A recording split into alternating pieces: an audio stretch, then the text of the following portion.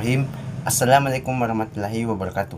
Halo, perkenalkan nama saya Muhammad Ibnu Makbarie dari kelas D, Prodi Pendidikan Bahasa Inggris Angkatan 2024. Pada kesempatan ini, saya ingin menyampaikan refleksi singkat mengenai apa saja yang sudah saya pelajari selama mengikuti mata kuliah pengantar pendidikan di semester ini. Selama perkuliahan, saya semakin memahami bahwa pendidikan tidak hanya sebatas proses transfer ilmu yang terjadi di sekolah, tetapi merupakan usaha sadar dan terencana untuk mengembangkan seluruh potensi manusia. Pendidikan memiliki tujuan untuk membentuk manusia yang berkarakter, berpengetahuan, serta mampu hidup dan berkontribusi dalam masyarakat.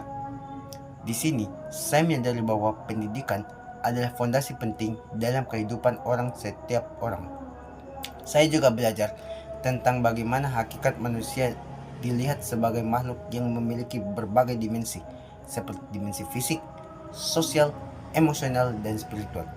Semua dimensi ini perlu dikembangkan secara seimbang, sehingga proses pendidikan harus memperhatikan perkembangan manusia secara utuh, bukan hanya dari satu aspek saja. Selain itu, saya juga mengetahui bahwa dalam menjalankan pendidikan dibutuhkan landasan yang kuat, baik dari segi filsafat, psikologis, sosiologi, maupun perkembangan ilmu pengetahuan dan teknologi. Landasan-landasan tersebut memberikan arah dan nilai bagi setiap proses pendidikan yang dilakukan. Misalnya, landasan filosofis membantu kita untuk memahami tujuan ideal pendidikan, sedangkan landasan psikologis membantu kita memahami bagaimana peserta didik belajar dan berkembang. Sepanjang perkuliahan, saya juga diperkenalkan dengan berbagai asas dan teori pendidikan yang menjelaskan bagaimana proses belajar itu terjadi. Ada teori yang memandang bahwa perilaku dapat dibentuk melalui latihan dan penguatan.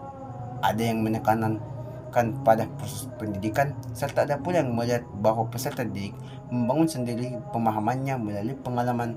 Dari teori-teori tersebut, saya belajar bahwa setiap peserta didik yang memiliki cara belajar yang berbeda dan guru perlu menyesuaikan pendekatan pembelajarannya. Tidak hanya itu, saya juga mempelajari tentang aliran-aliran pendidikan yang berkembang dalam sejarah, seperti perennialisme, esensialisme, kognitivisme, hingga rekonstruktivisme. Sehingga setiap aliran memiliki pemikiran berbeda tentang apa saja yang penting dalam pendidikan, sehingga pengetahuan ini membuat saya lebih memahami bahwa pendidikan selalu berkembang mengikuti kebutuhan zaman dan perubahan masyarakat. Saya juga mendapatkan pemahaman mengenai lingkungan pendidikan yang terdiri dari keluarga, sekolah, dan masyarakat. Ketiga lingkungan ini memiliki pengaruh besar terhadap pembentukan karakter dan perkembangan peserta didik. Sekolah bukan satu-satunya tempat belajar, karena peserta didik sejatinya terjadi sepanjang hayat dan di mana saja serta berada. Pembelajaran mengenai sistem pendidikan nasional juga sangat membuka wawasan. Saya belajar tentang bagaimana pendidikan diterapkan di Indonesia, mulai dari struktur tujuan, kurikulum, sampai peraturan yang mengaturnya. Selain itu, konsep pendidikan inklusif mengajarkan saya untuk memahami bahwa setiap orang berhak mendapatkan pendidikan tanpa terkecuali, termasuk mereka yang memiliki kebutuhan khusus. Hal ini membuat saya semakin menghargai pentingnya kesetaraan dalam dunia pendidikan.